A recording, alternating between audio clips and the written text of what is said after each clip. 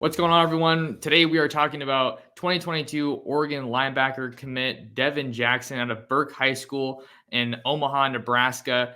And today I want to bring on SI Director of Recruiting John Garcia to break this commitment down a little bit more and give us his view on what the Ducks are getting in this latest pledge here in October. John, what do you think the Ducks are getting in their latest verbal commitment here? Devin Jackson's kind of freaky, right, Max? I mean, this is a guy who is a projected linebacker, 6'2", 205, whatever he's listed at, but he's really an athlete first.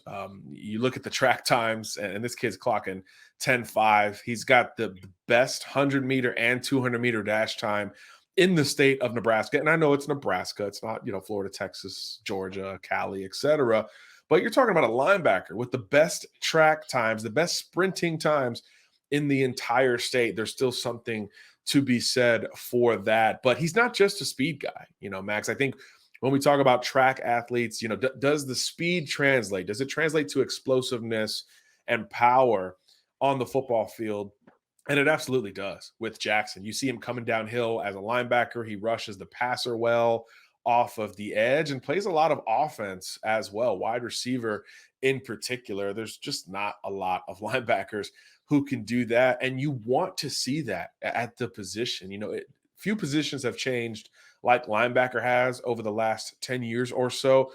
Back when I played, it was about, being 240 pounds coming downhill, filling a gap or taking on a fullback. Those aren't the case anymore for the linebacker position. It's about playing in space, striking in space, and ball skills. And that's what Jackson brings to the table. Can you stay on the field on third down? That's the question I ask every linebacker I evaluate, in theory.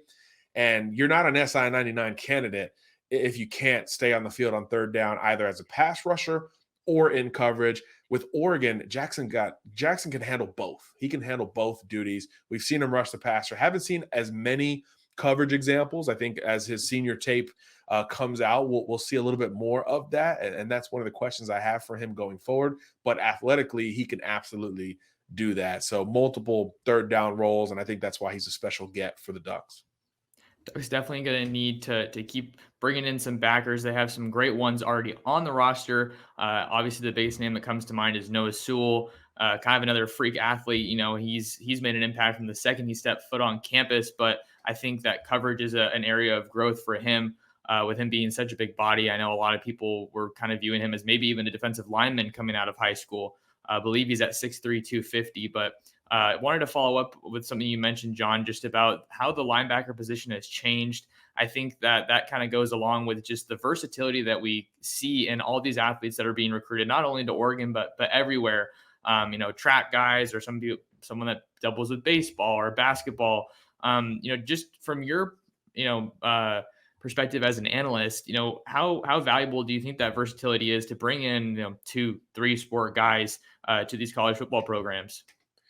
It always translates, Max, and I think that's a really nice indicator of future success at certain positions. I think when you talk about skill positions, right? Back seven athletes on defense, guys who can handle the ball on offense, right? Receivers, tight ends, running backs, etc.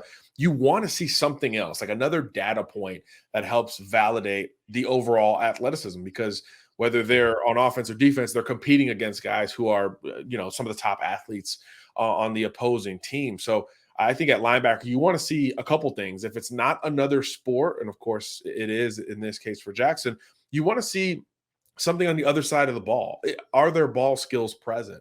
And with Jackson, you get it at wide receiver. I think most great college linebackers probably played running back at some point along the lines. And I think any offensive input can help you there just because of how the game has blossomed. There's a lot more fluidity between offense and defense, maybe more than ever before, because it's all about playing in space on offense, making that first guy miss, on defense, closing the gap towards your target. And some of these other sports and skills absolutely translate over to that. But with linebackers in particular, I like to see how they play on offense. There used to be a running back linebacker sort of precursor with some of the top linebackers drafted, but now I think you're seeing it at other positions. And I think Jackson's a good example of that, making impact plays as a wide receiver, just not something we see every day, but you understand where it translates, right? With the ball skills, spatial awareness, and even overall football IQ down and distance. If you're a wide receiver running a route at the sticks, and now you're playing defense in zone, you can combat that just a little bit better because you used to do it on Friday night. So, big fan of Jackson now. Absolutely eager to see what he looks like going forward. And yeah, this is becoming a very big part of all of our linebacker evaluations. Devon Jackson committing to Oregon over Miami and Arizona State. Ducks adding another high level recruit. Jackson's an Adidas All American. So it'll be someone to track as we see kind of how his game develops, not only through this year, but once he gets to Oregon, gets in that weight program with Aaron Feld and the rest of the strength staff. But John, thanks for coming on. Appreciate your insight. Go ahead and subscribe to the channel. We're always trying to grow. Helps me do my thing covering the Ducks. And we'll see you in the next video.